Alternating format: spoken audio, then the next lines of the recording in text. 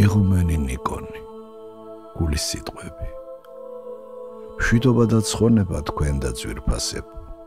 გთხოვთ, გულმოდგინეთ ილოცოთ დარია მიხაილოვნასთვის და როცა შემთხვევა მოგეცემათ, ფრთხილად შეახსენეთ მას, თუ როგორ ებრძოდნენ წმინდანები გულის სიტყვებს და ეშმაკის სხვა მსაკურობებს. რაც ფერია მტერი, როგორ გარდაისახება ანგელოზადაც, ადამიანადაც, მხეცადაც და ასე შემდეგ. და ყოველნაირად ცდილობს ჩვენ წარწმედას. ბრძოლის საშუალებები.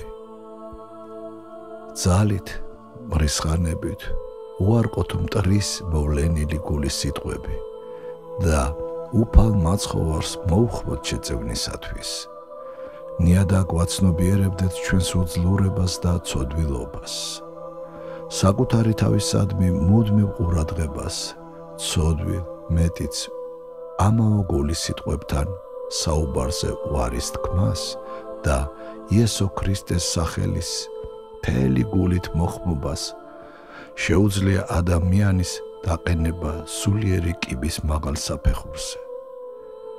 ბევრმა სწორედ ასე ისწავლა იესოს ლოცვა.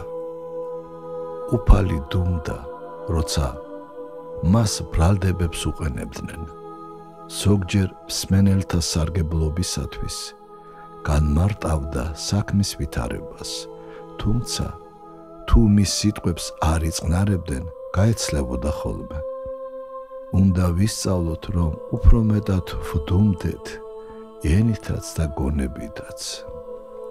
მშვიდობა თქვენ და შემინდეთ. თქვენს წმინდა ლოცვებს ვითხოვ, უფალმან გაყურთხოთ და გაცხოვნოთ. 1959 წლის 28 ივნისი.